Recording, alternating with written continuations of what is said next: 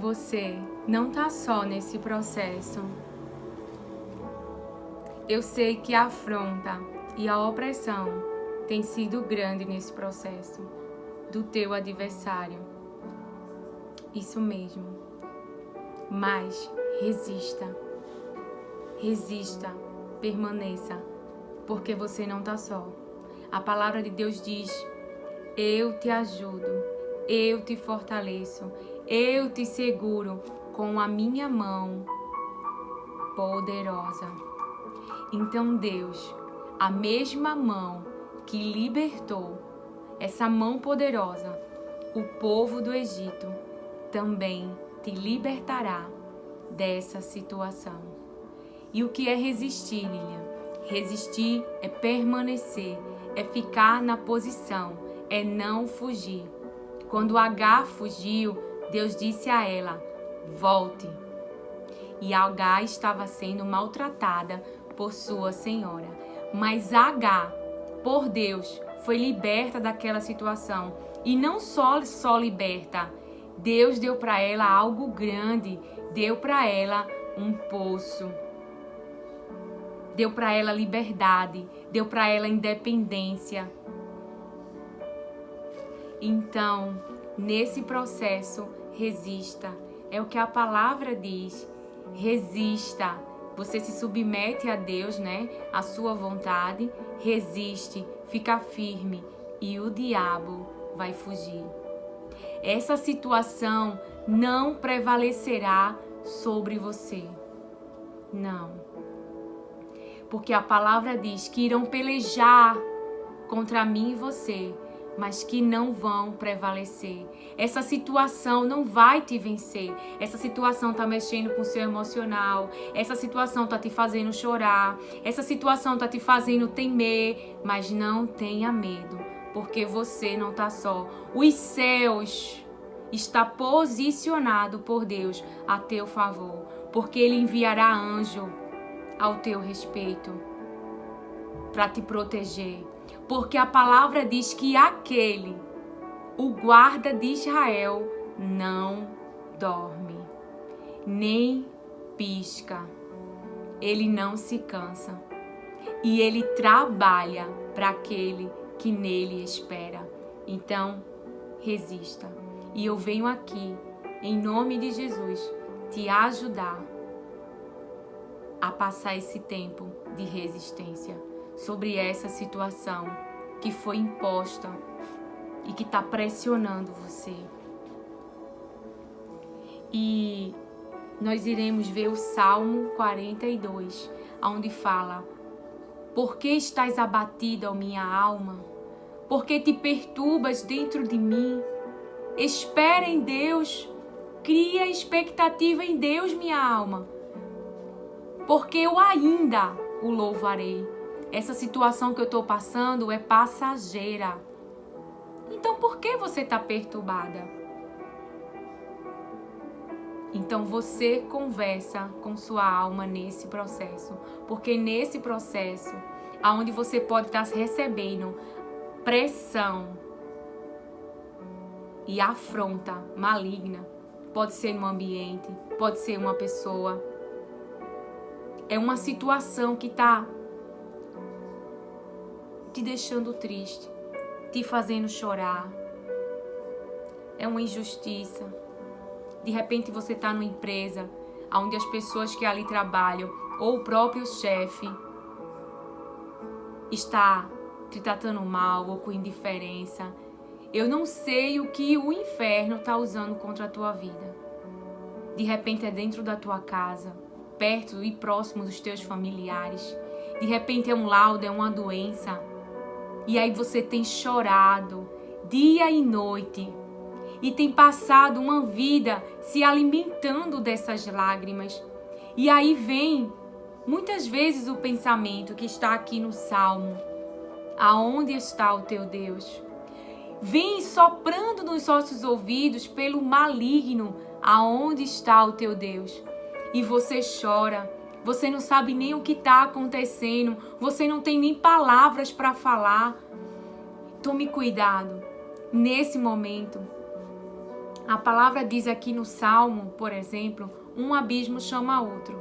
Se seu emocional tá triste, vai querer puxar memórias tristes da sua história. Para quê?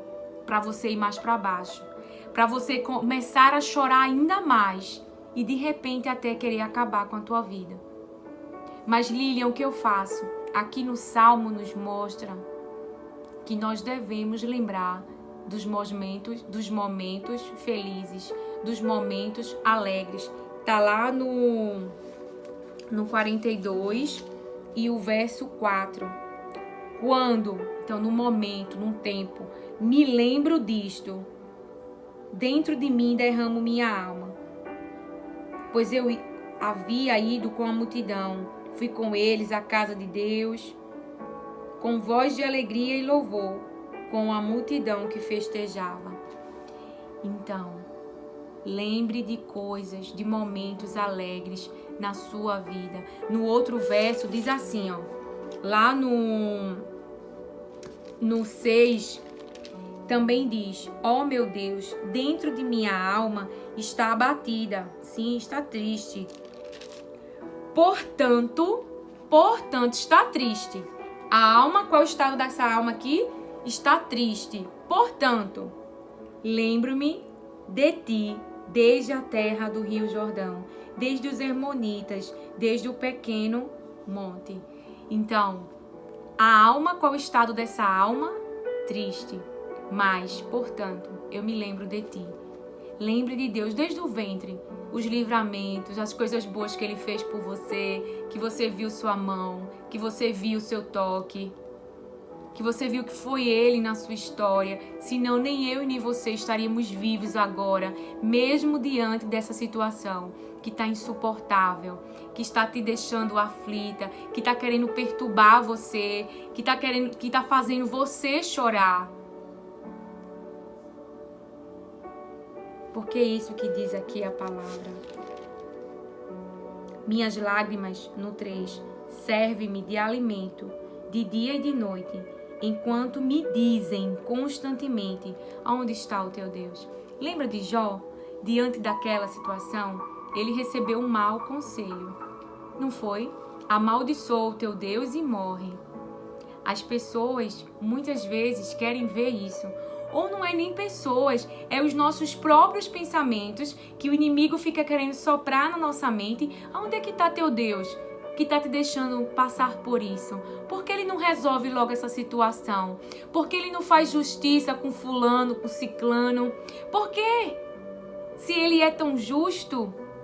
Mas lembra, do mesmo jeito que Deus não agiu na minha vida e na tua vida como nós merecíamos, porque com Deus tem o tempo da misericórdia. Sim, nós iremos colher aquilo que plantamos, mas Deus dá a nós o tempo do arrependimento, o tempo de você mudar o curso, mudar a conduta, mudar aquela ação. E sim, Ele não é injusto, a sua justiça vem sim, vem para te livrar, porque Ele disse a Moisés, eu vi, Moisés, a aflição do meu povo. Eu ouvi, Moisés, o clamor e eu conheço os sofrimentos. E, Moisés, eu desci para libertá-los e livrá-los da mão dos egípcios, da mão do nosso inimigo. Então, o que era que o inimigo estava fazendo ao povo de Deus? Estava oprimindo, aumentando suas cargas, aumentando, e o povo estava ficando aflito. Não faça feito o povo, que começou a questionar a Deus. Porque nesse momento, se você não tiver essa prática que nos ensina no Salmo 42, de lembrar de Deus, mas de lembrar das coisas boas, de lembrar dos momentos felizes, o que vai acontecer? É o que a gente viu no verso, é o 8, né? No 8, um abismo, o 7, um abismo vai chamar o outro. Então, se você tem um pensamento ruim e você tá triste, já é o estado da sua alma, e você começa a pensamento ruim, aí o próprio cérebro vai trazer para você memórias ruins, de coisas ruins que aconteceram na sua vida, e isso vai te levar a chorar mais, isso vai te levar a ficar mais triste, isso vai te levar a ficar mais prostrado, isso vai querer te paralisar. Nesse momento, Lilian, o que eu faço? Ouço um louvor que reafirma aquilo que você crê. Vai ter surpresa para esse choro, Deus vai me dar vitória. E não é positivismo. É porque uma pessoa posicionada, se submetendo a Deus, terá vitória. Porque o povo de Deus é um povo vitorioso. Mas o povo que ouve a Deus e que o adora como o único Deus. Porque isso é certo. O povo de Deus tem vitória. Mas Deus sempre orienta nesse processo. Como lidar com esse processo. Porque muitas vezes Deus vai dizer, fique parado. Não faça nada. E você vai ter que resistir. Resistir à afronta. E se ele diz fica parado, então você não vai se defender. Você não vai falar com a pessoa. Você vai ficar no seu lugar. Entendeu? E deixar que ele faça justiça. Porque muitas vezes, se nós fizermos com nossas mãos, podemos matar inocentes. Que não tem nada a ver com a situação. E se você já tem essa maturidade espiritual, você sabe que resistir uma afronta é muito difícil. A sua alma fica gritando para se defender. Isso acaba com você. Você fica de uma forma prostrado no chão. E você chora, e você chora. Isso é o correto se fazer. Foi isso que Ana fez. Diante da afronta de Penina. Ana chorava. Chorava toda a amargura e a tristeza da sua alma.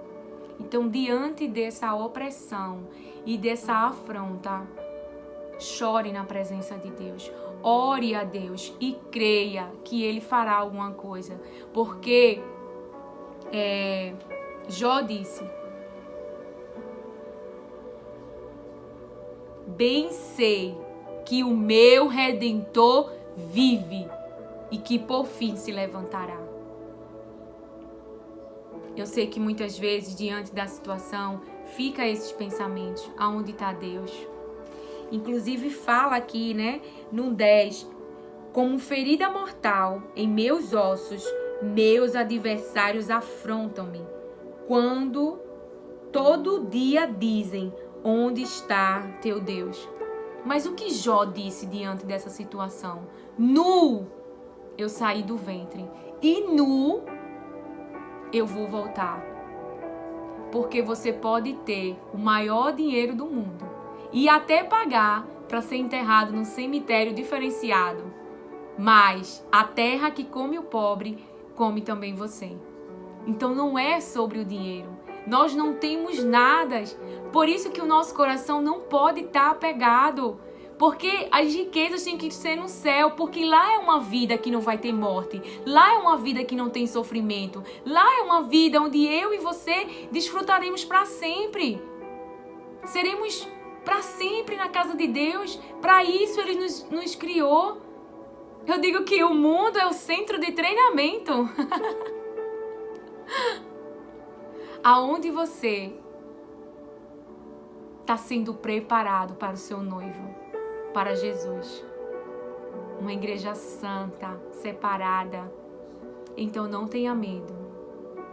Não vai prevalecer essa situação sobre você, porque Deus está contigo. Tu tens o Espírito Santo de Deus, que é poderoso. Um espírito de conhecimento, de entendimento e de sabedoria, que vai te orientar nesse processo. Então diga para tua alma, por que você está abatida? Por que tu está te perturbando dentro de mim?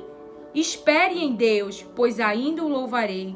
Ele é a salvação da minha face, é meu Deus. Então diga para sua alma que Deus é o teu Salvador, que Deus está contigo e não perca a esperança, porque Deus trabalha para aquele que nele espera. E ele diz, espera em Deus, porque eu ainda o louvarei. Sabe que vai haver salvação, sabe que essa situação vai mudar, sabe que isso não é para sempre, sabe que isso é temporário. Por isso que você resiste, você fica na posição você não foge, porque os céus, porque Deus tá com você. Aquele que te enviou tá com você. Suporte o processo, porque não vai prevalecer contra você. E que o Senhor te abençoe. No 3 diz: minhas lágrimas servem-me de alimento de dia e de noite, enquanto me dizem constantemente: onde está o meu Deus? E talvez seja essa a sua situação. Você tem chorado muito, dia e noite, dia e noite, dia e noite, e a situação não muda, mas ela vai mudar, porque o inferno não vai prevalecer. Quem prevalece é Deus. Então, nesse processo, submeta-se a Deus, resista, e o diabo vai fugir. Porque Deus ouviu, viu e conhece os teus sofrimentos e ficou imparcial, Ele te diz: eu desci e eu vou te libertar e eu vou te livrar das mãos dos teus inimigos. Então, que o Senhor te abençoe.